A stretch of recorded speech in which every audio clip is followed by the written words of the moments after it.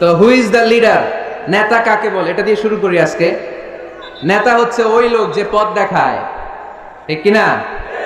কল্যাণের পথ, সমৃদ্ধির পথ, উন্নয়নের পথ, জান্নাতের পথ, ঠিক কিনা? লিডার কাকে বলে? The leader is one who knows the way, shows the way and goes the way.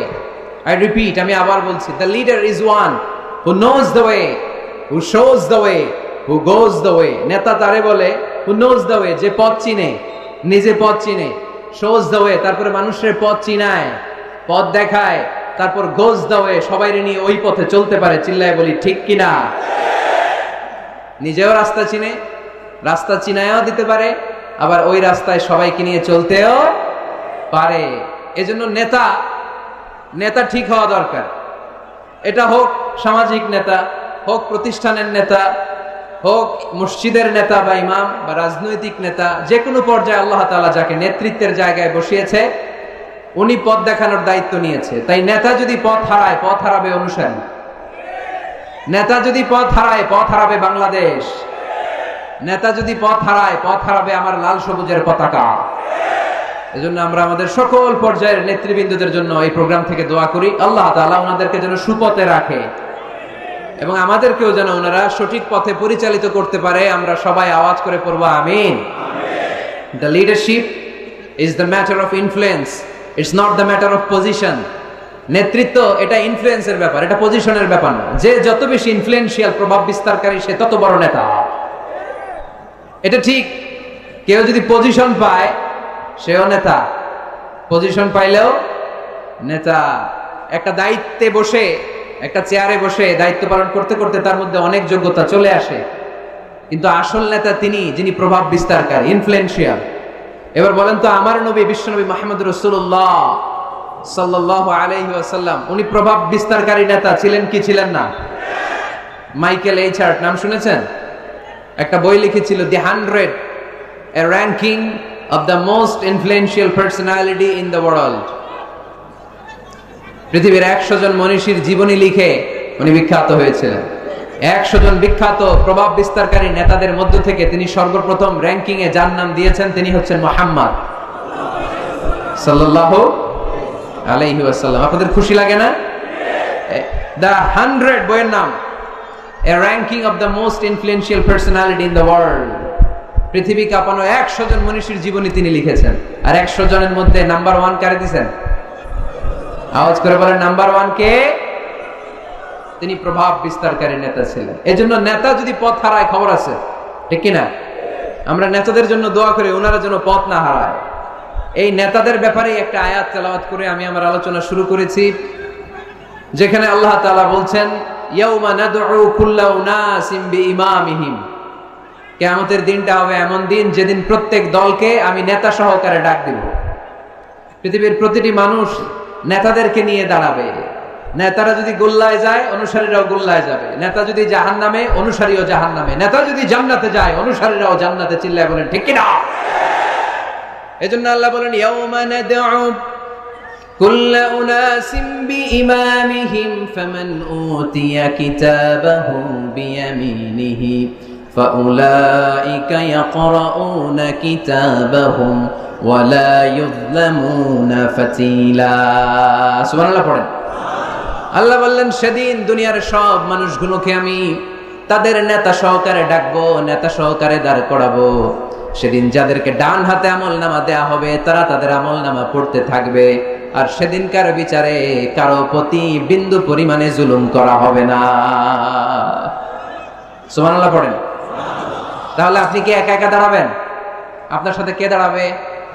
আওয়াজ করে, আরো জোরে, সবাই মিলে বলেন নেতা। নেতা দাঁড়াবে, কর্মীরা দাঁড়াবে। এজন্য নেতা নির্বাচনের সময় সাবধান।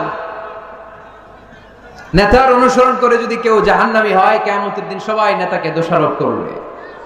ওয়াকালু রাব্বানা ইন্না আতা'না সাদাতানা ওয়া কুবারানা ফাআদাল্লুনাস সাবিলা। সেদিন তারা বলবে, হে আমাদের রব, আমরা আমাদের নেতাদের অনুসরণ করেছিলাম আর নেতারা আমাদেরকে ভুল পথ দেখিয়েছে। আজকে আমাদের আগে নেতাদেরকে আপনি শাস্তি দেন, নেতাদেরকে আগে জাহান্নামে ফেলেন, তারপরে নেতাদের পরে আমরা জাহান্নামে ঢুকবো। এজন্য প্রিয় ভাইরা, নেতা নির্বাচনের সময় সাবধান। যে কোনো নেতা, এটা রাজনৈতিক নেতা হতে হবে নট নেসেসারি, আমাদের সামাজিক কোনো অঙ্গ সংগঠনের নেতা, সামাজিক প্রতিষ্ঠানের নেতা, যে কোনো জায়গায় নেতা বানানোর সময় আমরা সাবধানে থাকবো। এবং নেতা যদি ভুল করে ফেলে ওনাকে ভদ্রভাবে শুধরে দেয়া, এটাও আমাদের দায়িত্ব। আওয়াজ করে বলতে হবে, ঠিক কিনা? ঠিক। মসজিদের ইমাম সাহেব, উনি মসজিদের নেতা, ঠিক কিনা? আওয়াজ করে বলেন তো, ইমাম মানে কি? আরো জোরে বলেন। ইমাম সাহেব জোহরের সালাতে 2 রাকাতের পরে বসার কথা, ইমাম সাহেব দাঁড়ায় গেছে, কি করবেন? কি করবেন? ইদা নাবা আহাদুকুম শাইউন ফি সালাতিকুম ফালিয়ুসাব্বিহ, পিছন থেকে আমরা সুবহানাল্লাহ পড়বো, ঠিক কিনা? যদি বাংলাদেশে আমরা কি পড়ে ফেলি? আল্লাহু আকবার পড়ে ফেলি, এতে কাজ হয়ে যায়। কাজ হয়ে যায়। ইমাম সাহেব বুঝতে পারে যে সামথিং গান রং, কোনো কিছু ঝামেলা হচ্ছে, ভুল হয়েছে, উনি শুধরে যায়। কিন্তু আসলে পড়তে হবে সুবহানাল্লাহ, তাসবিহু লিররিজাল ওয়া তাসফিকু লিন-নিসা। ইমাম ভুল করছে, পুরুষরা ধরতে পারলে পড়বে সুবহানাল্লাহ। পিছনের পুরুষ মুক্তাদিরা কেউ ভুল ধরতে পারে নাই, পিছনের মহিলারা ভুল ধরতে পারছে, ওনারাও শুধরে দিতে হবে, ঠিক কিনা? ওনারা কি করবে? এরকম তাসফিক করবে, শুধরে দিতে হবে, ঠিক কিনা? আচ্ছা, ইমাম সাহেব কেরাতে ভুল করলেন, 1 বার 2 বার 3 বার, ইমাম সাহেব বারবার আটকে যায়, করতে পারে না, তখন আমাদের দায়িত্ব কি? তাফতাহু আলাল ইমাম, ইমামকে ছুটাই দিতে হবে, শুধরে দিতে হবে, ঠিক কিনা? তো মসজিদের ইমাম যদি ভুল করে, মসজিদের নেতা ভুল করলে যদি শুধরে দিতে হয়, সমাজের নেতাও ভুল করলে শুধরে দেওয়ার দরকার আছে না নাই? এটাও শুধরে দিতে হবে নসিহতের মাধ্যমে, সুন্দর পরামর্শের মাধ্যমে। নেতারাও মানুষ, ওনারা ফেরেশতা নয়, ওনাদেরও ভুল হয়ে যেতে পারে। নসিহতের মাধ্যমে, সুন্দর পরামর্শের মাধ্যমে নেতাদেরকে শুধরে দিতে হবে, ঠিক কিনা? আমরা নেতৃত্বের গুণাবলীর ব্যাপারে কথা শুনবো।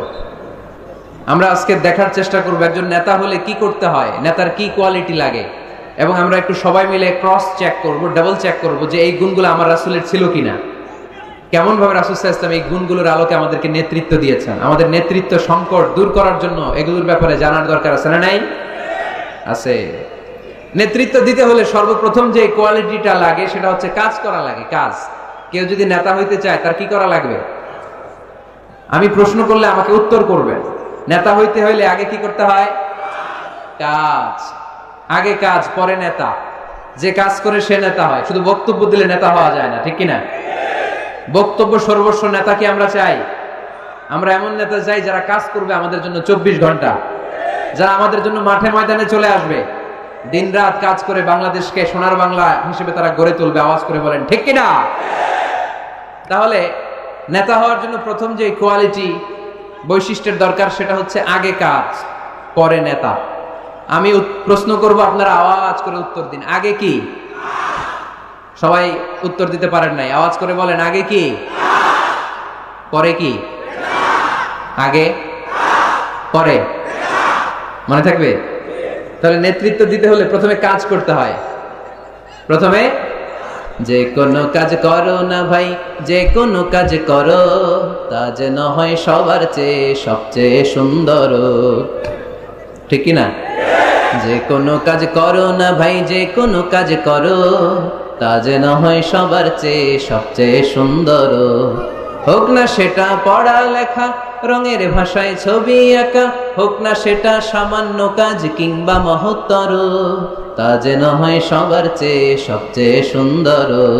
যে কোনো কাজ করো না ভাই, যে কোনো কাজ করো, তা যেন হয় সবার চেয়ে সবচেয়ে সুন্দর, ঠিক না?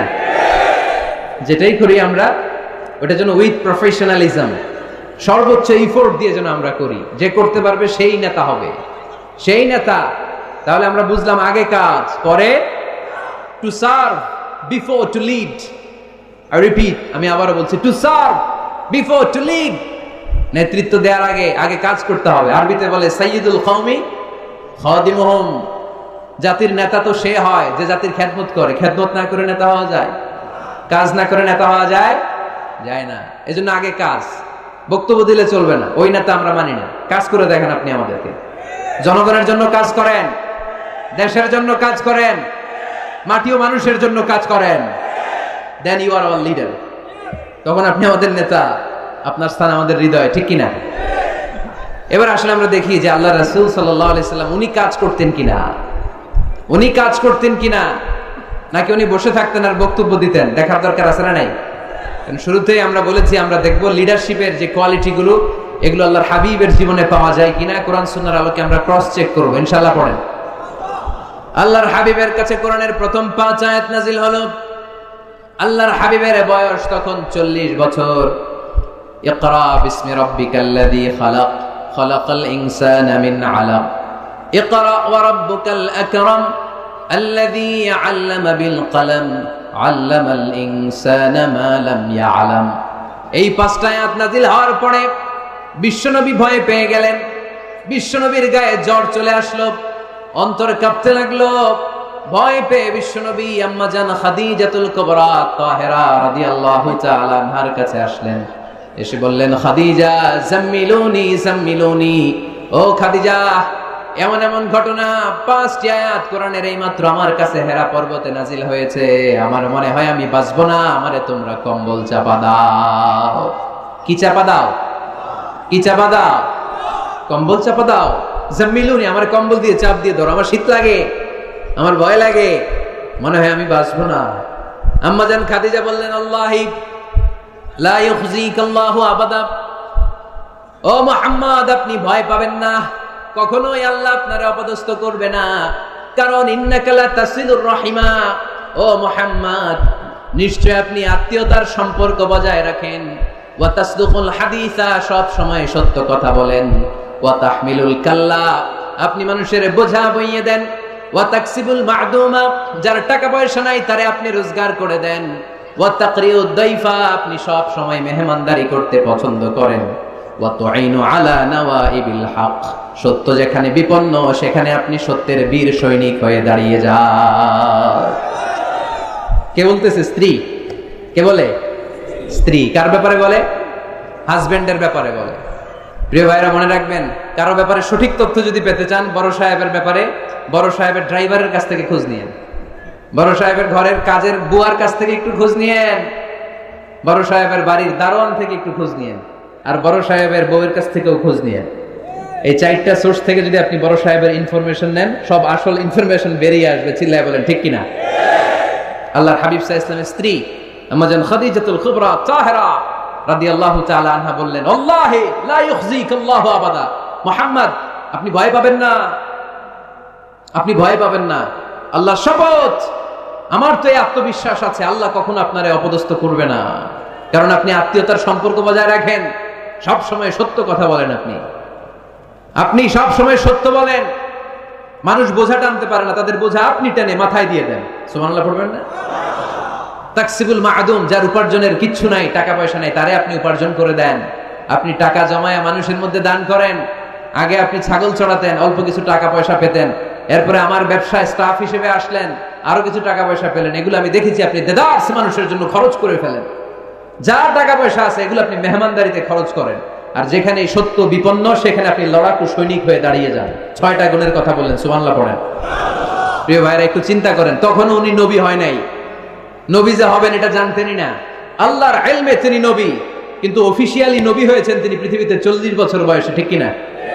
তার মানে নবী হওয়ার আগেই, অফিশিয়ালি কোরআন আসার আগেই, অফিশিয়ালি নবুয়ত পাওয়ার আগেই আমার বিশ্বনবী জনকল্যাণমূলক কাজ শুরু করে দিয়েছিলেন। চিল্লায় বলতে হবে ঠিক কিনা?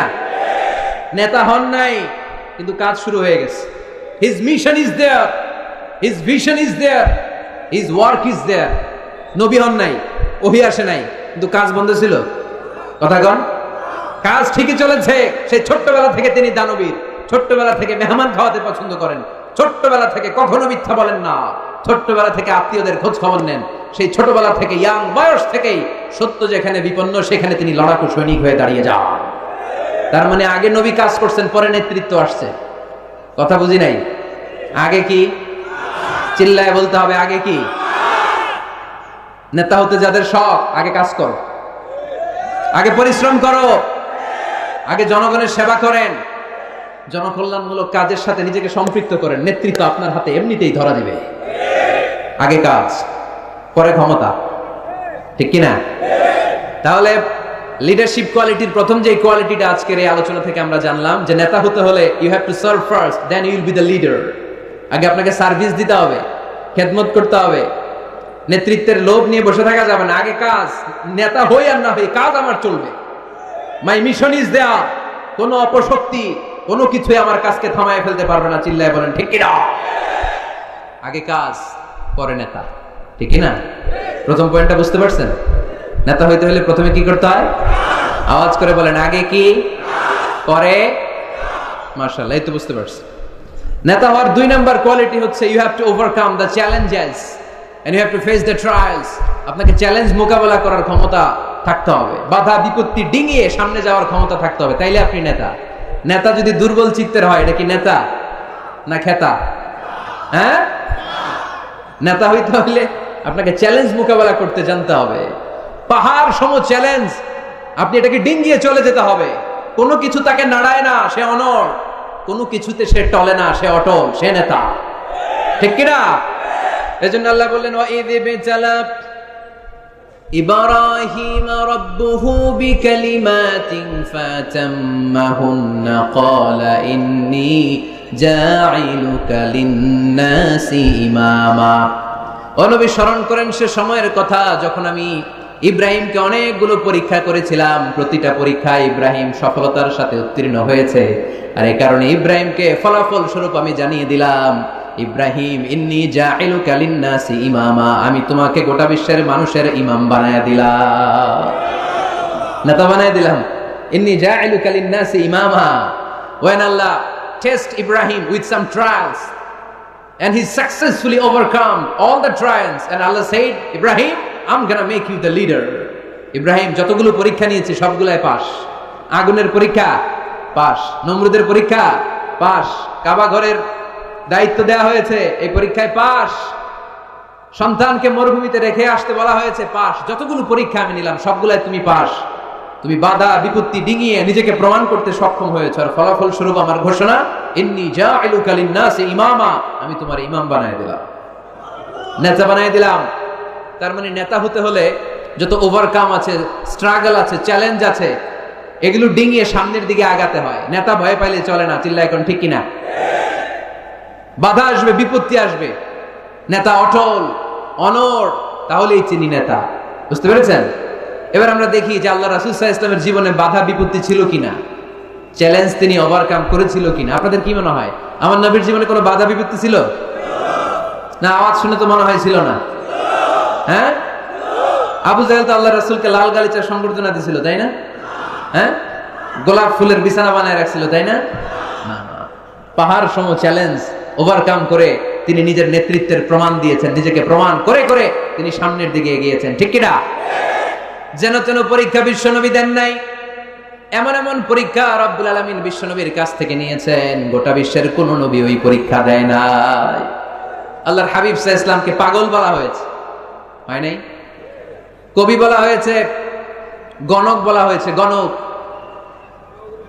আল্লাহ রাসূল সাল্লাল্লাহু আলাইহি ওয়াসাল্লামকে বলা হয়েছে আফতার, লেস কাটা, নির্বংশ। আল্লাহর হাবিব সাল্লাল্লাহু আলাইহি ওয়াসাল্লাম যখন মক্কায় সালাত পড়তেন, ওটের পচা নারী বুড়ি পিঠে চাপিয়ে দেয়া হতো। 3 বছর শিয়াবে আবি তালেবের জেলখানায় বন্দী ছিলেন। আপনি বন্দী ছিলেন কয় বছর? আমি ছিলাম কয় বছর? আল্লাহর হাবিব সাল্লাল্লাহু আলাইহি ওয়াসাল্লাম কয় বছর বন্দী? এটা অর্থনৈতিক আগ্রাসন, সামাজিক বয়কট। এদের সাথে কারোর বিয়ে হবে না, এদের কাছে কোনো পণ্য বিক্রি করবে না, এদের থেকে কিছু কিনবে না। প্রথম বছর যেহেতু ওনারা ছাগল চড়াতেন, ছাগলের গোশত খেলেন। দ্বিতীয় বছর সাহাবারা ছাগলের চামড়া খেলেন। তৃতীয় বছর গাছের পাতা, লতা পাতা, শিকড় আর ছাল খেয়ে বেঁচেছিলেন। The life is not a bed of roses. এই পৃথিবীটা কুসুমাস্তীর্ণ নয়, এটা কণ্টকাকীর্ণ। এই পৃথিবীতে কেউ কারোর জন্য জায়গা ছেড়ে দেয় না, এখানে জায়গা করে নিতে হয়।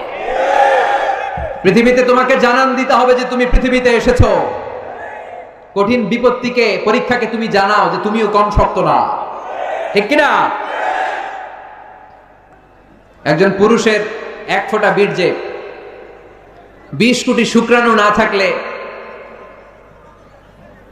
চিকিৎসা বিজ্ঞান বলে ওই বীর্য থেকে কোনো সন্তান জন্ম নেয় না। 1 ফোঁটা বীর্যে কয় কোটি শুক্রাণু? 20 কোটি শুক্রাণু। ওই 20 কোটি শুক্রাণুর মধ্যে আমি একটা, ঠিক কিনা? আপনি একটা, আমরা সবাই এক একটা। এই প্রতিটা শুক্রাণু চেয়েছিল ডিম্বাণুর গায়ে আঘাত করে সফল হতে, কেউ হইতে পারে না। 19,99,99,999টা ফেল, পাশ করছিলাম সেদিন আমি, পাশ করেছিলেন, চ্যাম্পিয়ন হয়েছিলেন সেদিন আপনি। সেদিন আপনার হাত ছিল, পা ছিল, মামা খালু ছিল, ফোন কল ছিল, এত কিছু না থাকতো সেদিন আপনি চ্যাম্পিয়ন হয়েছেন। কেউ আপনারা থামায় রাখতে পারে নাই। তার মানে এই পৃথিবীর বুকেও কেউ আপনারা থামায় রাখতে পারবে না। চিল্লায় বলেন ঠিক কিনা? পারবে না। অদম্য সাহস আর শক্তি সম্ভাবনাকে দিয়ে আল্লাহ তাআলা মানুষকে তৈরি করেছেন। এক একটা মানুষের যে কি ব্রেনের ক্যাপাসিটি, তার যে কত ক্ষমতা আল্লাহ দিয়েছেন মানুষ জানেই না। আল্লাহর হাবিব সাল্লাল্লাহু আলাইহি ওয়াসাল্লাম এরকম বাধা বিপত্তি অতিক্রম করে নিজেকে প্রমাণ করে করে সামনের দিকে এগিয়েছেন। 3 বছর জেল খাটলেন। মক্কা থেকে 80 কিলোমিটার পথ পাড়ি দিয়ে তিনি তায়েফে গেলেন। তায়েফে কেন গেলেন? জমি কেনার জন্য, তাই না? কথা কয় না? 10 বিঘা জমি কেনার প্ল্যান করছিলেন তায়েফের। হ্যাঁ, নিজের কোন লাভের জন্য গেছেন তায়েফে? তায়েফবাসীদেরকে জাহান্নামের আগুন থেকে বাঁচানোর জন্য, নিজের লাভের জন্য না। তায়েফবাসীরা যেন জাহান্নামে ফেরেশতাদের লাথি না খায়, তায়েফবাসীরা যেন জাহান্নামের আগুনে না জ্বলে, ওদেরকে বাঁচানোর জন্য, ওদের লাভের জন্য আল্লাহর হাবিব সাল্লাল্লাহু আলাইহি ওয়াসাল্লাম গিয়েছিলেন। সেখানে তিনি ওয়েলকামড হন নাই, সেখানে পাথর বৃষ্টি মারা হয়েছে। এমন তাবৎ কোনো অত্যাচার নাই বিশ্বনবীর উপর করা হয় নাই। 3টা জায়গায় কি সুশ্রী দেহ আমার নবীর, কি সুন্দর ছিল আল্লাহর হাবিব সাল্লাল্লাহু আলাইহি ওয়াসাল্লামের শরীর। তিনি বলতেন আনা মালিহুন ওয়া আখি ইউসুফু সাবিহুন, আমি লাবণ্যময় সুন্দর, আমার ভাই ইউসুফ সাদা সুন্দর। মিলহুন থেকে মালিহ, মিলহুন মানে লবণ, লবণ থেকে লাবণ্যময়। আমি লাবণ্যময় সুন্দর, আমার ভাই ইউসুফ সাদা সুন্দর। এই সুন্দর মানুষটার দেহে পাথর মারা হয়েছে। Can you imagine that? আপনি কি কল্পনা করতে পারেন? 3টা জায়গায় বিশ্বনবীকে আক্রান্ত করা হয়েছে, রক্তের বন্যা বইয়ে গিয়েছিল। আওয়াজ করে বলেন ঠিক কিনা? খেয়ে না খেয়ে দিন প্রচারের কাজে নিজেকে দিয়েছ বিলিয়ে, তায়েফের কাফিরেরা চিনল না সে আলো, দুষ্ট ছেলেদের পিছু দিল লেলিয়ে। পাথরের আঘাতে ক্ষত বিক্ষত হয়ে সারা শরীর থেকে রক্ত ঝরে। হে রাসূল তোমাকে ভুলি আমি কেমন করে, হে রাসূল তোমাকে ভুলি আমি কেমন করে। ঠিক কি না?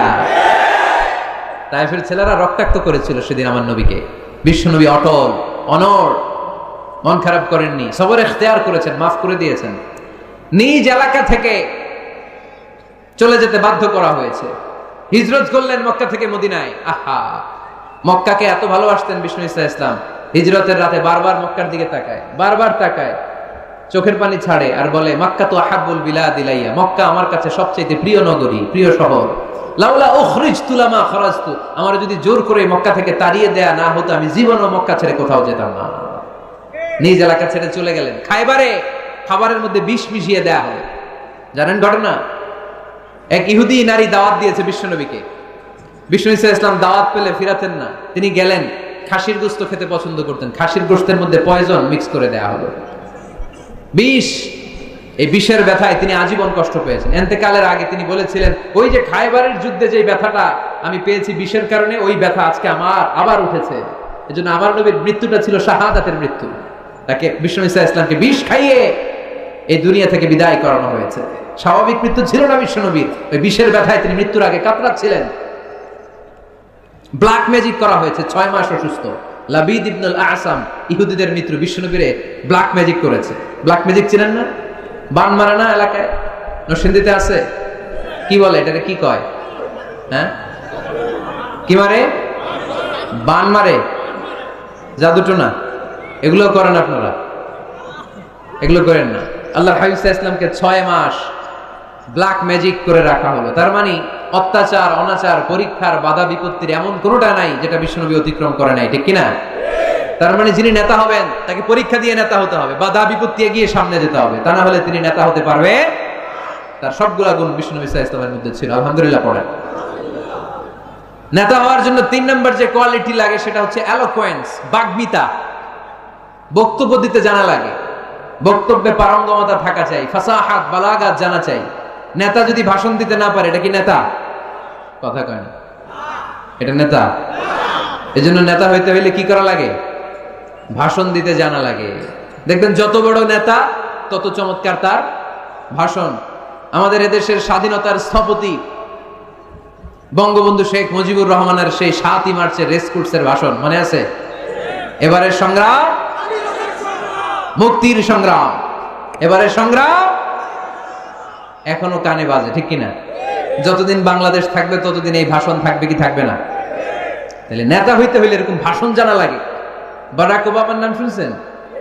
কথা কয় না, শুনছেন? এই লোকটাও চমৎকার ভাষণ দিতে জানতো। যে এলাকায় যাইতো ওই এলাকা ধরে ডাক দিত, লোকজন খুশি হয়ে যেত। নির্বাচনে জিতে প্রথমে উনি গেল শিকাগো সিটিতে, আমেরিকা একটা শহর আছে শিকাগোতে, বিশাল বড় অ্যাসেম্বলি। উনি ভাষণ শুরু করলেন এভাবে, হ্যালো শিকাগো, মানে পুরো শিকাগো শহরটার একটা ডাক দিলেন। শিকাগোর লোক তো আনন্দে আটখান হয়ে কাই, খুশি। তার মানে নেতাকে ভাষণ দিতে জানতে হয়, কথা বলতে না জানলে নেতা হইতে পারে? কথা বলেন।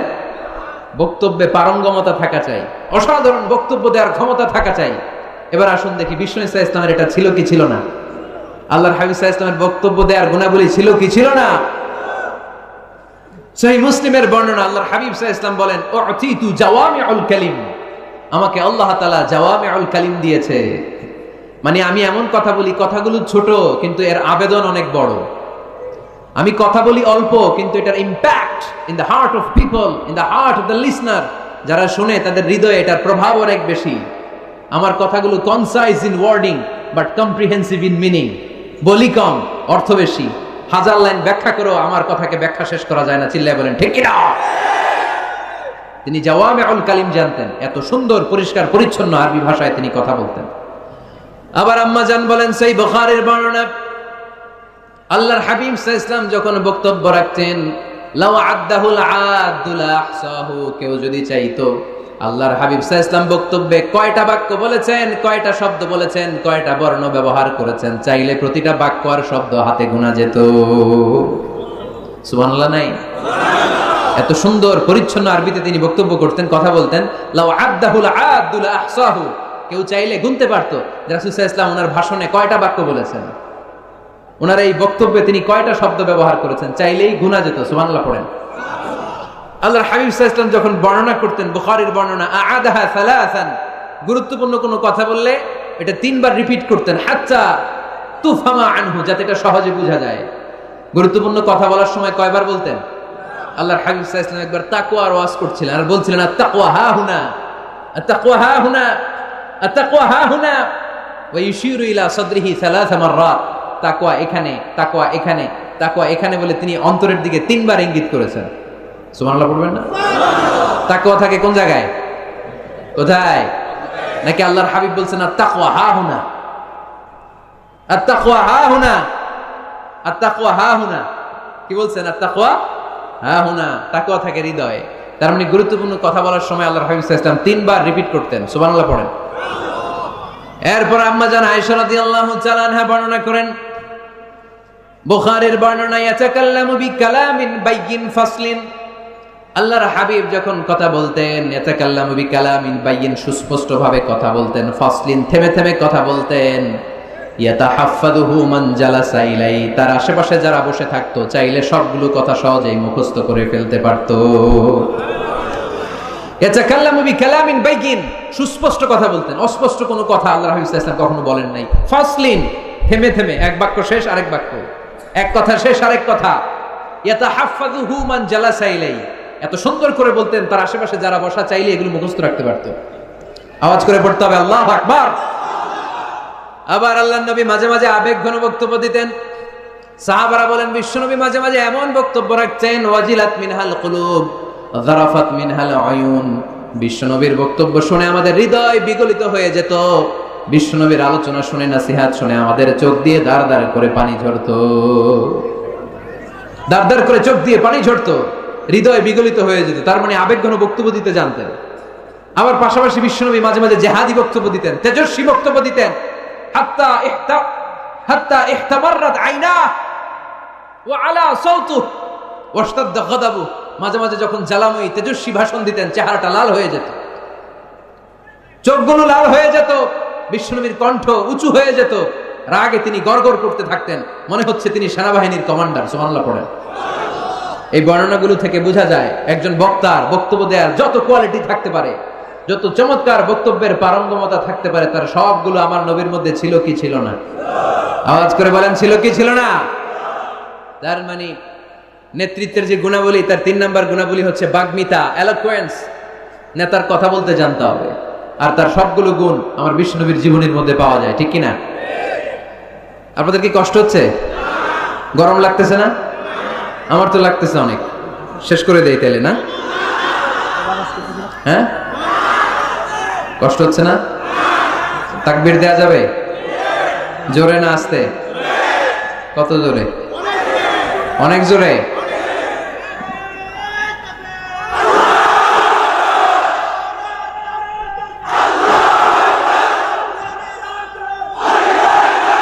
পানি আছে?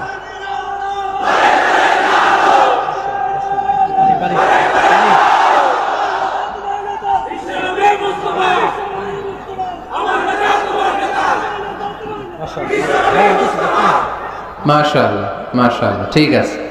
তাহলে আরো কয়েক মিনিট বলা যায় না? আচ্ছা, নেতৃত্ব দেওয়ার 4 নম্বর গুণাবলী হচ্ছে the leader should be broad minded, he shouldn't be the narrow minded.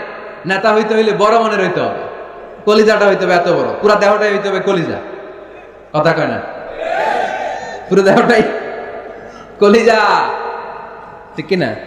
নেতা যদি ন্যারো মাইন্ডেড হয়, এটা কি নেতা? নেতা হতে হবে broad minded. The leader should be accommodative mentalities. নেতার অ্যাকোমোডেট করার মেন্টালিটি হতে হবে। উনি সবার, যেমন আমাদের বাংলাদেশের গণপ্রজাতন্ত্রী বাংলাদেশের প্রধানমন্ত্রী, মাননীয় প্রধানমন্ত্রী শেখ হাসিনা, উনি কি শুধু আওয়ামী লীগের নেতা? কথা কয় না? শুধু বিএনপির নেতা? শুধু জামাত ইসলামের নেতা? জাতীয় পার্টির নেতা? শুধু জাসদের নেতা? উনি কার নেতা? উনি এই বাংলাদেশের 17 কোটি মানুষের নেতা, ঠিক কিনা? আপনি নেতা হইলে আপনি সবার হবেন। আপনি এমপি, আপনার নির্বাচনী এলাকায় যারা আছে আপনি সবার এমপি। আপনি এলাকার পুরুষদের এমপি, এলাকার নারীদের এমপি, এলাকার হিজড়াগুলারও এমপি আপনি। চিল্লা এখন, ঠিক কিনা? আপনি সবার, আপনার হৃদয়টা হইতে হবে এরকম আকাশের মতো বিশাল, সাগরের মতো উদার। নেতা হইতে হইলে ব্রড মাইন্ডেড হইতে হয়, অ্যাকোমোডেটিভ হইতে হয়, তাই না? এবার আসেন দেখি, আমার বিষ্ণু ইসা ইসলাম যে নেতা ছিলেন, উনি কি ন্যারো মাইন্ডেড ছিলেন না ব্রড মাইন্ডেড? কথা বোঝে নাই বোধ হয়। ব্রড মাইন্ডেড ছিলেন। কত ব্রড মাইন্ডেড? আল্লাহ রাসূল সাল্লাল্লাহু আলাইহি ওয়াসাল্লামের ব্যাপারে আল্লাহ পাক বললেন, ওমা আরসালনাকা ইল্লা রাহমাতাল লিল আলামিন, I have sent you as a mercy for the entire universe. নবী হে, আমি আপনাকে গোটা বিশ্বের সবার জন্য রহমত করে, বিশ্ববাসীর জন্য রহমত করে প্রেরণ করেছি। বুঝে শুনে উত্তর দিয়েন তো, আল্লাহ কি এখানে বলছেন ওমা আরসালনাকা ইল্লা রাহমাতাল লিল মুসলিমিন? বলছে রাহমাতাল লিল মুত্তাকিন, রাহমাতাল লিল মুসাল্লিন? কি বলছে? আল্লাহ বলেছেন ওমা আরসালনাকা ইল্লা রাহমাতাল লিল আলামিন। নবী হে, আমি আপনাকে গোটা বিশ্বের সবার জন্য রহমত করে দুনিয়ায় প্রেরণ করেছি। তিনি সবার জন্য রহমত, সবার জন্য। আল্লাহ রাসূল সাল্লাল্লাহু আলাইহি ওয়াসাল্লাম ছিলেন ব্রড মাইন্ডেড, সবার জন্য তিনি রহমত। মানুষের জন্য রহমত, জিন জাতির জন্য রহমত, ফেরেশতাদের জন্য রহমত, মৎস্যকুলের জন্য রহমত, পক্ষীকুলের জন্য রহমত, গোটা বিশ্বের সবার জন্য। আস্তিকদের জন্য যেমনি রহমত, নাস্তিকদের জন্য রহমত, ঠিক কিনা? আল্লাহর হাবিব সাল্লাল্লাহু আলাইহি ওয়াসাল্লাম একবার একটা লাশ দেখে দাঁড়িয়ে গেলেন। কি দেখে? লাশ দেখে দাঁড়ালেন। সাহাবারা বললেন, ইন্নাহু ইয়াহুদি। নবী, ইন্নাহু ইয়াহুদি, এটা ইহুদির লাশ, আপনি দাঁড়ালেন যে? আল্লাহর হাবিব সাল্লাল্লাহু আলাইহি ওয়াসাল্লাম বললেন, আওয়ালাইসাত নাফসান, এটা কি মানুষ না? হোক না ইহুদি, হোক না খ্রিস্টান, হোক না আস্তিক আর নাস্তিক, আমি তো মানুষ দেখে দাঁড়াইছি। সুবহানাল্লাহ কইবেন না? এজন্য সবাইরে আগে মানুষ মনে করবেন। আগে কি মনে করবেন? পরে দলাদলি কইরেন। আমরা দেখা মাত্র বলি কোন পীরের মুরিদ? দেখা মাত্র প্রথম প্রশ্ন কি? হ্যাঁ, কোন পীরের মুরিদ? কোন দল করেন? হ্যাঁ, ভারতপন্থী না পাকিস্তানপন্থী? আছে না নাই?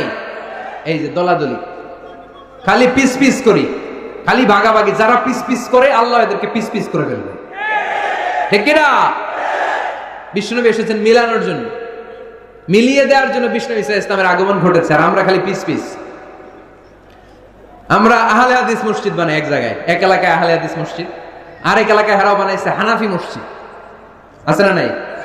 আহলে হাদিস মসজিদে হানাফি মুসল্লি ঢুকতে পারবে না, হানাফি মসজিদে আবার আহলে হাদিসরা ঢুকতে পারবে না। কোথায় চলে গেলাম আমরা? আমরা মানুষকে মানুষ হিসেবে কনসিডার করি না। সে মুসলমান, এটা তার বড় পরিচয়, এটা আমরা সামনে আনতে চাই না। আগে নিয়ে আসি হানাফি না আহলে হাদিস, আগে নিয়ে আসি বিএনপি না আওয়ামী লীগ।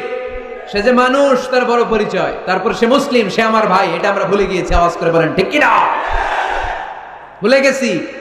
আমাদের প্রভু এক, এক নবীর উম্মত, জীবন বিধানে ঐশী বাণী কোরআন। আমাদের প্রভু এক, এক নবীর উম্মত, জীবন বিধানে ঐশী বাণী কোরআন। তবে কেন এক হে মুসলমান, একে হও করিয়া হবান। বাইতুল্লাহ এক, মদিনা শরীফ এক, উহুদ পাহাড় এক, বদরের মাঠ এক। ঠিক না? বাইতুল্লাহ এক, মদিনা শরীফ এক, উহুদ পাহাড় এক, বদরের মাঠে। একটা তো জীবন আর মরণ তো একটাই, একসাথে মিলে মিশে একটাই প্রাণ। তবে কেন এক হে মুসলমান, একে হও করিয়া হবান। আমাদের প্রভু এক, এক নবীর উম্মত, জীবন বিধান এক, ঐশী বাণী কোরআন। তবে কেন এক হে মুসলমান, একে হও করিয়া হবান। ঠিক কিনা? বাইতুল্লাহ এক, মদিনা শরীফ এক, বদরের মাঠ এক, উহুদের প্রান্তর এক, কোরআন এক, নবী এক, আল্লাহ এক। কিন্তু আমরা আছি কিলাকিলি নিয়ে। ঠিক কিনা? এই কিলাকিলি আমরা আর করতে চাই? দলাদলি আমরা করতে চাই? আমরা ঐক্য চাই। আমরা কি চাই? এমন ঐক্যের সিন্ডিকেট আমাদের গড়তে হবে যাতে কোনো অপশক্তি এই সিন্ডিকেটকে ভাঙতে না পারে। চিল্লায় বলো ঠিক কিনা?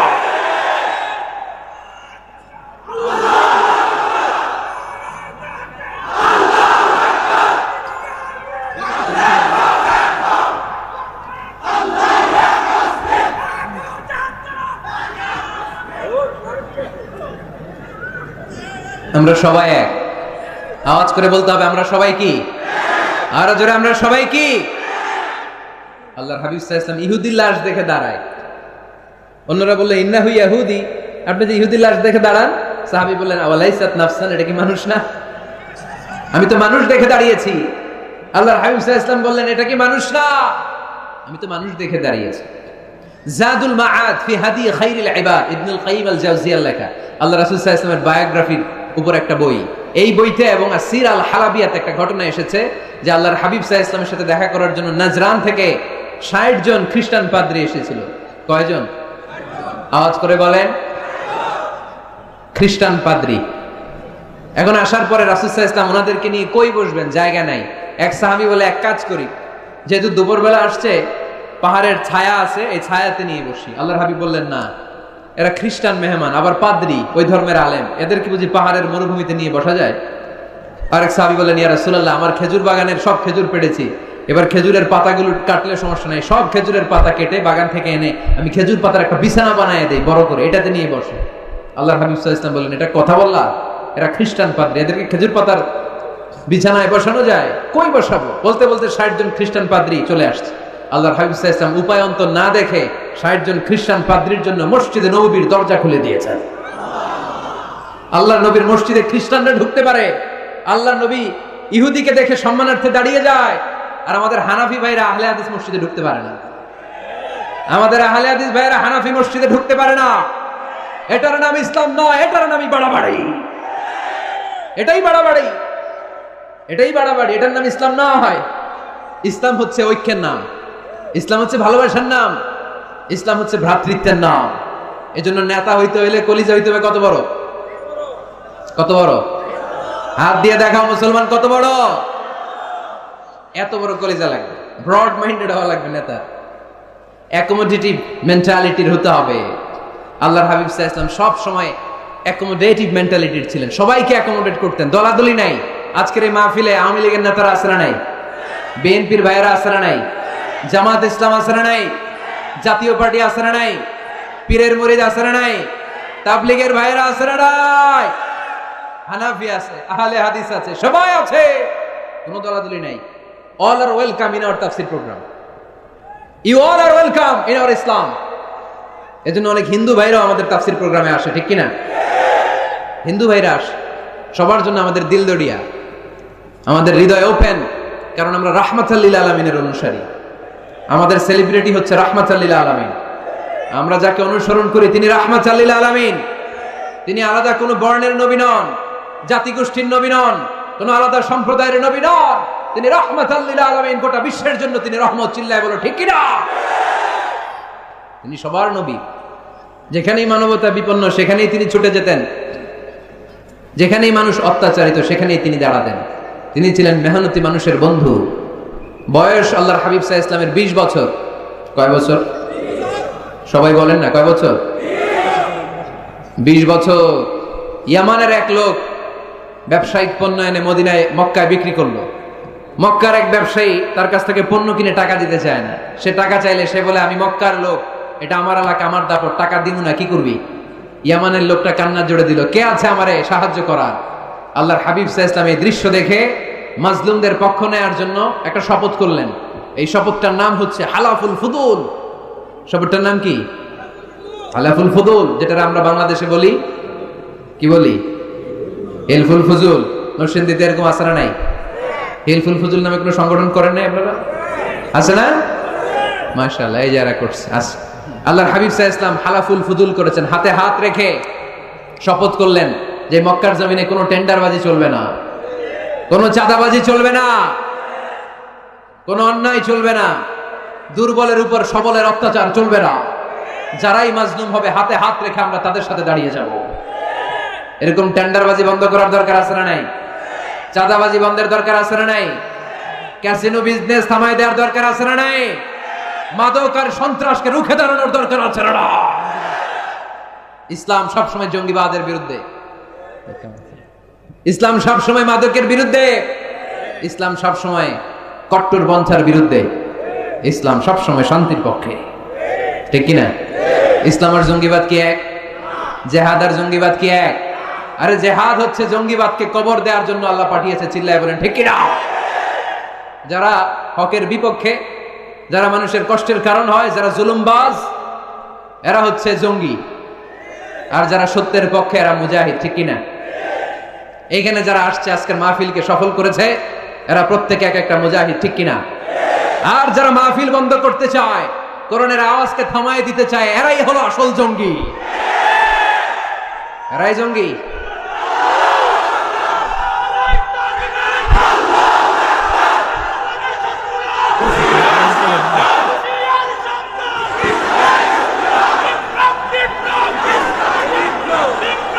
আল্লাহর হাবিব সাল্লাল্লাহু আলাইহি ওয়াসাল্লাম তিনি সব সময় সত্যের পক্ষে ছিলেন। তার মানে এই পৃথিবীতে সবচেয়ে বড় মুজাহিদের নাম হচ্ছে মুহাম্মদ সাল্লাল্লাহু। আচ্ছা দেখি আপনাদের কমন সেন্স কতটুকু। আল্লাহর হাবিব যদি সবচেয়ে বড় মুজাহিদ হয়, তাহলে আল্লাহর হাবিব সাল্লাল্লাহু আলাইহি ওয়াসাল্লামের সময়ের সবচেয়ে বড় জঙ্গিটার নাম কি? আবু জাহেল, ঠিক কিনা? মুসা আলাইহিস সালাম ছিলেন মুজাহিদ, তার মানে ওনার সময়ের সবচেয়ে বড় জঙ্গিটার নাম কি? ইব্রাহিম আলাইহিস সালাম ছিলেন মুজাহিদ, ওনার সময়ের সবচেয়ে বড় জঙ্গির নাম কি? এখনো যারা কোরআনের পক্ষে, ইসলামের পক্ষে, আমার নবীর পক্ষে, এরা এক একটা মুজাহিদ। আর যারাই কোরআনের বিপক্ষে, এরা এক একটা জঙ্গি। এরাই জঙ্গি। ডেফিনেশন খুব সহজ। যারা হকের পক্ষে মুজাহিদ, যারা কল্যাণের পক্ষে এরা মুজাহিদ, যারা হকের বিপক্ষে এরা জঙ্গি। এই জঙ্গিবাদের কবর রচনা করার জন্য আল্লাহ তাআলা জিহাদকে ফরজ করেছেন। এজন্য জিহাদ আর জঙ্গিবাদকে কখনো গোলানো যাবে। আল্লাহর হাবিব সাল্লাল্লাহু আলাইহি ওয়াসাল্লাম ছিলেন মেহনতি মানুষের বন্ধু। মেহনতি খেটে খাওয়া মানুষকে আমার নবী এত ভালোবাসতেন যে বিদায় হজের মতো এত গুরুত্বপূর্ণ ভাষণেও বাদ যায়নি খেটে খাওয়া মানুষের কথা। তিনি বলেছেন, আরিকাকুম, আরিকাকুম, আতঈমুহুম মিম্মা তাকুলুন ওয়াকসুহুম মিম্মা তালবিসুন। খবরদার, তোমাদের অধীনস্থ কর্মচারীদের সাথে খারাপ আচরণ করো না। তোমরা যা খাবে তাদেরও তা খেতে দিও, তোমরা যা পড়বে সেখান থেকে তাদেরকেও পোশাকের ব্যবস্থা করে দিও। মেহনতি মানুষের কথা বিষ্ণুনবী বিদায় হজের ভাষণও বলেছেন, ঠিক কিনা? তার মানে আমার নবী কি ন্যারো মাইন্ডেড ছিলেন না ব্রড মাইন্ডেড? আওয়াজ করে বলতে হবে, ন্যারো মাইন্ডেড না ব্রড মাইন্ডেড? Broad minded. এই ছেলে, তোমার এত ফটো সেশন লাগে কেন? কি হইছে? বসে থাকো, এত ফটো তুলো না তো। নেতা হইতে হইলে বড় মনের অধিকারী হইতে হয়। তার মানে এই কোয়ালিটি আমার নবীর মধ্যে ছিল কি ছিল না? আওয়াজ করে বলতে হবে, ছিল কি ছিল না? কষ্ট হইতেছে আপনাদের? নেতা হওয়ার জন্য 5 নম্বরে যে গুণটা লাগে সেটা হচ্ছে ট্রুথফুলনেস এন্ড দ্য ট্রাস্টওয়ার্দিনেস। নেতার সত্য কথা বলা লাগবে আর আমানতদার হওয়া লাগবে, ঠিক কি না? মিথ্যা কথা বললে এটা কি নেতা? এটা কি? হ্যাঁ, আমি কই নাই, আপনারা কইছেন, আমার কোনো দোষ নাই। ট্রাস্টওয়ার্দিনেস থাকতে হবে, মানে আমানতদারিতা থাকতে হবে।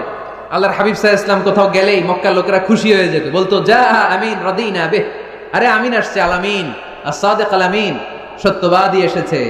ওয়া আনজির আশিরাতাকাল আখরাবিন, হে নবী মুহাম্মদ, তুমি তোমার নিকট আত্মীয়দেরকে এবার জাহান্নামের ভয় দেখাও। মক্কায় যখন এই আয়াত নাজিল হলো, আল্লাহর হাবিব সাল্লাল্লাহু আলাইহি ওয়াসাল্লাম সাফা পাহাড়ের উপরে উঠে ডাক দিলেন, ও কুরাইশের লোকেরা, ও হাশিমি খানদানের লোকেরা, ও আমার বংশের লোকেরা। ডাক দেওয়ার সাথে সাথে সব লোক, কারণ কণ্ঠটা চিনা, সবাই বুঝতে পারছে এটা মুহাম্মদ সাল্লাল্লাহু আলাইহি ওয়াসাল্লামের কণ্ঠ। মক্কার সব লোকেরা, ইসলামের একেবারে প্রাথমিক যুগের কথা শোনাচ্ছি, তখনও তিনি বেশি দাওয়াতি কার্যক্রম শুরু করেন নাই। উনি বললেন, ও আমার হাশিমি খানদানের লোকেরা, ও আমার আত্মীয়রা। বিষ্ণু সাল্লাল্লাহু আলাইহি ওয়াসাল্লামের কণ্ঠ ছিল পরিচিত, সবাই বের হয়ে আসে, এসে বলল, মুহাম্মদ কেন ডেকেছো? আল্লাহর হাবিব সাল্লাল্লাহু আলাইহি সাল্লাম বললেন, আমি যদি এখন তোমাদেরকে বলি, এখনই আমি যদি তোমাদের বলি এই সাফা পাহাড়ের পেছনে একদল নাঙ্গা তলোয়ার নিয়ে ঘোড়সাওয়ার তোমাদেরকে কচু কাটার জন্য অপেক্ষা করছে, তোমরা কি আমার কথা বিশ্বাস করবা? আমার কথা শুনতেছেন আপনারা? মনোযোগ আছে না গেছে? আল্লাহর হাবিব সাল্লাল্লাহু আলাইহি ওয়াসাল্লাম বললেন, আমি যদি বলি সাফা পাহাড়ের পেছনে নাঙ্গা তলোয়ার নিয়ে একদল ঘোড়সাওয়ার তোমাদেরকে কচু কাটার জন্য অপেক্ষা করছে, বিশ্বাস করবা? মক্কার সবগুলো লোক একসাথে বলল, নাআম, অবশ্যই বিশ্বাস করব, কারণ মা জাররাবনা আলাইকা ইল্লা সিদকা, মুহাম্মদ আমরা জীবনে তোমার থেকে একদিনও একটা মিথ্যা কথা শুনি নাই। We have never been experienced a single lie from you in our life. কথাটার ওজন কত খেয়াল করতে হবে। এই কথাটার ওজন কতটুকু খেয়াল করেন। এলাকার লোকেরা ঘোষণা দিয়ে দিচ্ছে, মা জাররাবনা আলাইকা ইল্লা সিদকান, we have never ever experienced a single lie from you. আমরা আমাদের জীবনে কোনোদিন তোমার থেকে একটা মিথ্যা কথা শুনি নাই, তাই তুমি যাই বলবা তাই বিশ্বাস করো। সুবহানাল্লাহ কইতে পারলেন না?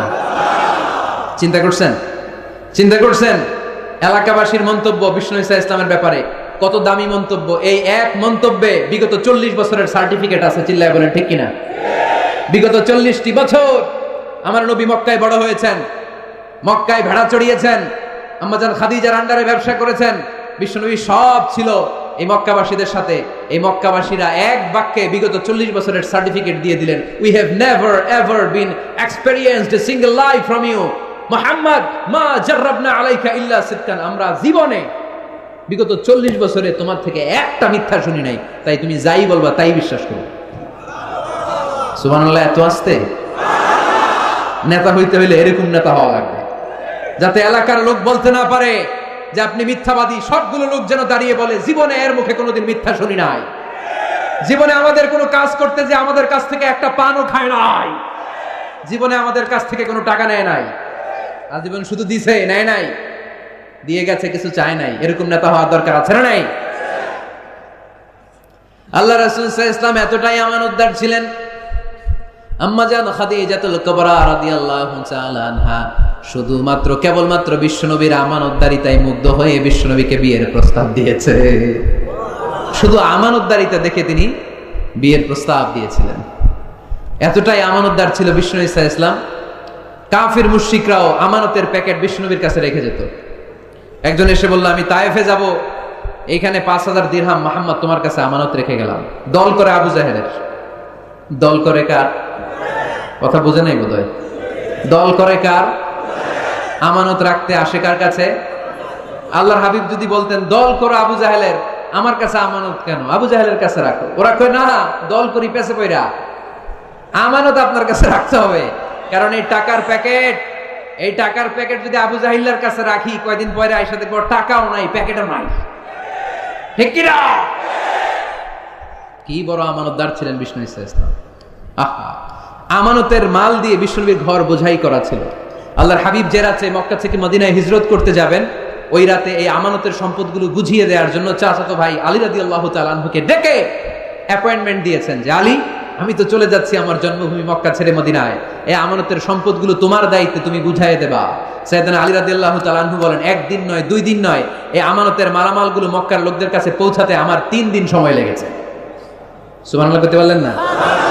টানা 3 দিন সময় নিয়ে তিনি আমানতের সম্পদ বুঝিয়ে দিয়েছেন। এজন্য বিষ্ণু বলেছেন, ইদা দুকিয়াতিল আমানাতু ফান্তাযিরি সাআ। সহিহ বুখারীর বর্ণনা, যখন আমানতের খেয়ানত হয়ে যাবে তখন কিয়ামত হয়ে যাবে। এখন আমানতের খেয়ানত আছে না নাই? সাহাবারা বললেন, ইয়া রাসূলুল্লাহ কাইফা ইদাআতুহা, কেমন করে আমানতের খেয়ানত হয়? বিশ্বনবী বললেন, ইদা উসিদাল আমরু ইলা গায়রি আহলিহি ফান্তাযিরি সাআ। যে লোক যেই চেয়ারে বসার যোগ্য নয়, তারে যখন ওই চেয়ারে বসিয়ে দেয়া হবে তখন কিয়ামত হয়ে যাবে। যে যেটার যোগ্য না, আরে ওই দায়িত্ব দিলে ওই জায়গায় বসাইলে ঝামেলা আছে না নাই? আমি কোরআনের আয়াত তেলাওয়াত করতে পারি না, আমি হাদিস জানি না, আমি ফিকহ শাস্ত্র জানি না, আমারে বানাইছেন প্রধান বক্তা, যদি এমন হয় তাহলে এটা আমানতের খেয়ানত না? একজনের যোগ্যতা নাই, আরে আপনি বড় দায়িত্ব দিয়ে দিয়েছেন, এটা আমানতের খেয়ানত কিনা? কথা বলেন। কেরাত পড়তে পারে না, শুদ্ধ কেরাত জানে না, বানাইছেন মসজিদের ইমাম, এটা আমানতের খেয়ানত হয়েছে না? যেই লোক যেই চেয়ারে বসার যোগ্য না, তারে যদি ওই চেয়ারে বসায় দেন, আমানতের খেয়ানত হয়ে যাবে। আর যখনই আমানতের খেয়ানত শুরু হয়ে যাবে তখনই কিয়ামত হয়ে যাবে। চিল্লায় বলেন ঠিক কিনা? তাহলে নেতা হইতে চাইলে সত্যবাদী হন, নেতা হইতে চাইলে আমানতদার হন, বিশ্বনবীর মতো। কার মতো? কার মতো? কথা বুঝতে পারছেন? আরো শুনবেন? হ্যাঁ, হুজুর শেষ করে দেই নাকি? কষ্ট পাচ্ছে। যেই পরিমাণে লোক, যেই পরিমাণে এইখানে 8টা প্রজেক্ট করে, ওইখানে লক্ষ লক্ষ লোক, আপনারা সেফলি এক্সিট করতেও 1 ঘন্টা লাগবে। থামেন থামেন।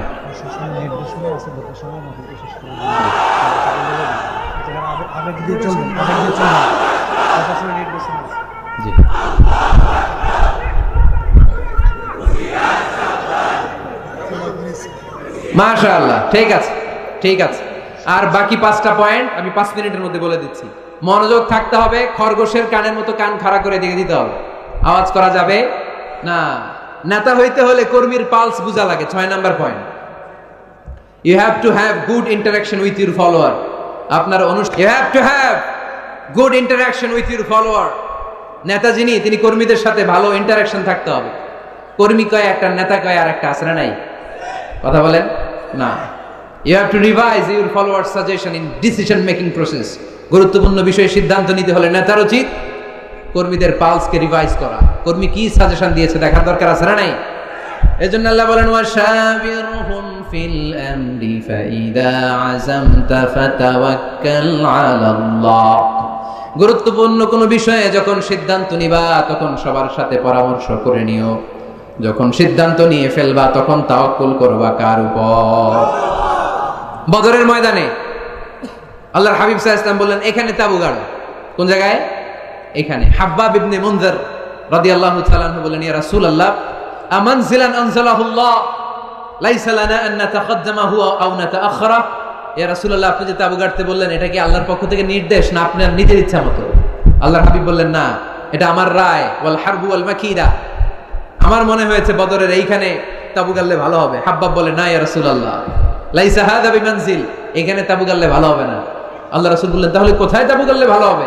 হাব্বাব ইবনুল মুনজির বললেন, ইয়া রাসূলুল্লাহ, ওই জায়গায়, ওইখানে তাবু গাড়েন, ওইখানে কুয়া আছে, তাহলে বদরের কুয়ার পানি আমরা খাবো। আর ওইখানে 2 দিকে উপত্যকা আছে, বৃষ্টি হইলে উপত্যকার পানি আমরা হাউস বানাইয়া পানি জমায় রাখবো, আমরা পানি খেয়ে যুদ্ধ করবো, আর কাফেরগুলো পানি না খেয়ে মরবে। সুবহানাল্লাহ কইতে পারলেন না? বিষ্ণু বললেন, আরে তাই তো, তাই তো, হাব্বাব যা বলেছে এটাই তো ঠিক, ওইখানে তাবু গাড়তে হবে, এইখানে নয়। আওয়াজ করে কোন আল্লাহু আকবার। কি লিডার ছিলেন, কি নেতা ছিলেন! মুহূর্তের মধ্যে নিজের সিদ্ধান্ত বাদ দিয়ে কর্মীর সিদ্ধান্তে সিদ্ধান্ত নিয়েছেন। সুবহানাল্লাহ পড়েন। খন্দকের পরীক্ষা করণের সময় সেই রোম থেকে ছুটে আসা সালমান আল ফারিসি, ইরান থেকে ছুটে আসা সালমান আল ফারিসি পরীক্ষা খননের কথা বললেন।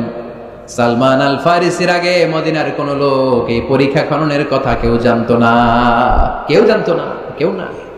পরীক্ষা কেমন? এত ফিট বা এত ফিট মাটি গর্ত করে ফেলতে হবে মদিনার চারদিকে। আল্লাহর হাবিব বললেন এতে কি লাভ? সালমান আল ফারিসি বললেন ইয়া রাসূলুল্লাহ, আমরা চারদিকে যদি এত ফিট বা এত ফিট গর্ত করে রাখি তাহলে কাফেররা আসতে পারবে না, ওই জায়গায় দাঁড়ায় থাকবে। আসতে চাইলে আগে পরীক্ষায় নামতে হবে, এরপরে আসবে। আর পরীক্ষায় নামলেই আমরা তীর মেরে ওদেরকে কাবু করে ফেলবো। সুবহানাল্লাহ পড়েন। আল্লাহ রাসূল সাল্লাল্লাহু আলাইহি ওয়াসাল্লাম বললেন সালমানু মিন্না, সালমানু মিন্না মিন আহলি বাইত, সালমান আমাদের অন্তর্ভুক্ত। সাবাশ সালমান, সাবাশ সালমান, ব্রেভো সালমান। আওয়াজ করে পড়েন আল্লাহু আকবার। মুহূর্তের মধ্যে নিজের সিদ্ধান্ত বিশ্বনবী সাল্লাল্লাহু আলাইহি ওয়াসাল্লাম বাদ দিয়ে সাইয়েদনা সালমান রাদিয়াল্লাহু তাআলা আনহু যে সিদ্ধান্ত দিয়েছেন, যেই পরামর্শ দিয়েছেন, ওই পরামর্শ নিয়েছেন। তার মানে নেতা যদি হতে হয়, a true leader, a charismatic leader যদি আপনি হতে চান, আপনার কর্মীদের পরামর্শের গুরুত্ব আপনার কাছে থাকার দরকার আছে না নাই? নেতা হওয়ার 7 নাম্বার গুণ হচ্ছে আপনাকে কনফ্লিক্ট রিজলভিং অ্যাবিলিটি থাকতে হবে, বিরোধ নিষ্পত্তি করার মতো ক্ষমতা থাকতে হবে, আপনার কূটনৈতিক চাল চালার মতো ক্ষমতা থাকার দরকার আছে না নাই? আল্লাহর হাবিব সাল্লাল্লাহু আলাইহি ওয়াসাল্লামকে কূটনৈতিক জ্ঞান দিয়ে আল্লাহ তাআলা এমন প্রজ্ঞাবান করেছেন, গোটা বিশ্বের সব কূটনীতি এক পাল্লায়, আমার বিশ্বনবীর কূটনীতি যদি আরেক পাল্লায় রাখা হয়, বিশ্বনবীর কূটনীতি আর প্রজ্ঞার ওজন ভারী হয়ে যাবে। হি ওয়াজ এ ভেরি গুড মিডিয়েটর। আল্লাহ রাসূল সাল্লাল্লাহু আলাইহি ওয়াসাল্লাম খুব ভালো মধ্যস্থতা করতে পারতেন। সুবহানাল্লাহ কইবেন না? মিলায়ে দিতে পারতেন। কি করতে পারতেন? কাবা ঘরের 4টা কর্নার, একটা কর্নারের মধ্যে হাজারে আসওয়াদের পাথর রাখা হয়, এটাকে বলা হয় আর রুকনুল হাজারিল আসওয়াদ। এই হাজারে আসওয়াদের পাথরটা এটা জান্নাতি পাথর। কিয়ামতের দিন আল্লাহ এই পাথরে 2টা চোখ দিবে, একটা জিহ্বা দিবে, এই পাথর কথা বলবে। এই পাথর বলবে, আল্লাহ এই লোকটা আমার গায়ে চুমু দিয়েছিল, তারে তুমি জান্নাতে ঢুকায় দাও। এই হাজারে আসওয়াদের পাথরটা কাবা নির্মাণের সময় কে পাথরটাকে তুলে কাবা ঘরের ভিতরে রাখবে, এই নিয়ে মক্কার নেতাদের মধ্যে কিলাকিলি। নেতাদের মধ্যে কি কিলাকিলি, কারণ এটা অনেক সম্মানের ব্যাপার। সব নেতারা ঘোষণা দিল, কাউকে আমরা এই সম্মান দিতে চাই না, কাউকে। হিন্দু মেয়ে মুসলমান হবে অনেক আগে থেকে। আপনার হাতে না, আপনার হাতে।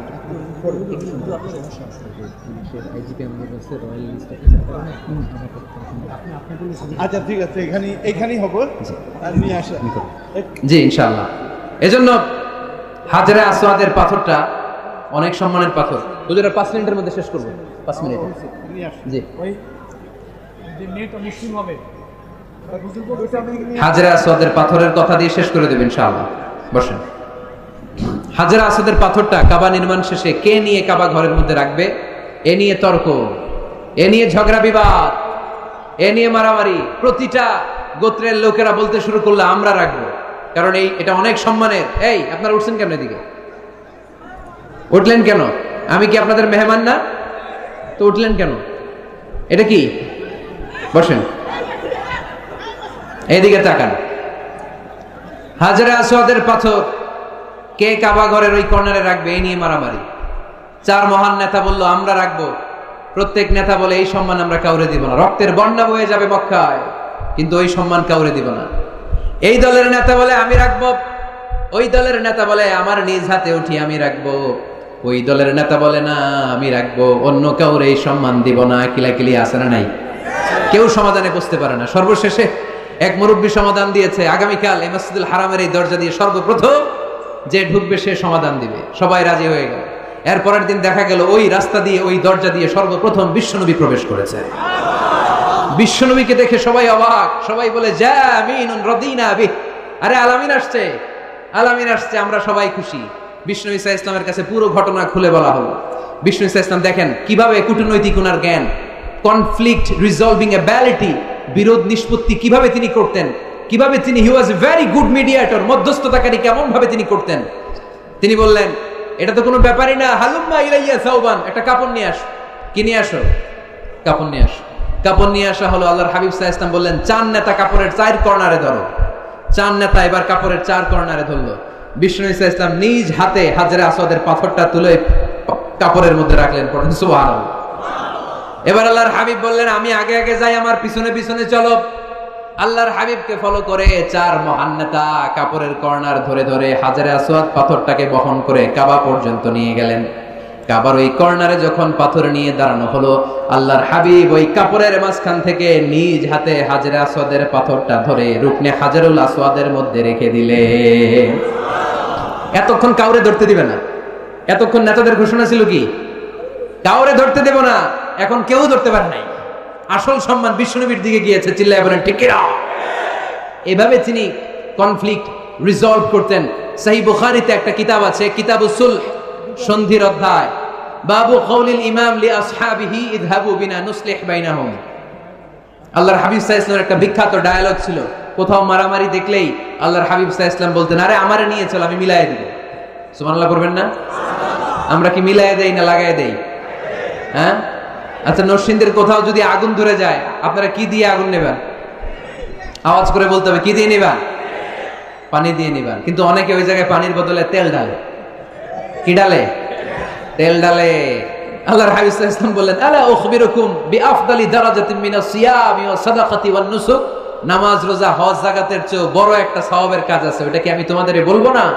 সাহাবারা বললেন, অবশ্যই বলবেন। ওই সওয়াবের কাজটা কি গো নবী? আল্লাহর হাবিব সাল্লাল্লাহু আলাইহি ওয়াসাল্লাম বললেন, ইসলাহু যাতিল বাইন। দুইজনের মধ্যে ঝগড়া আছে, তুমি ঝগড়া না লাগিয়ে দিয়ে ওই দুইজনকে মিলিয়ে দিবা।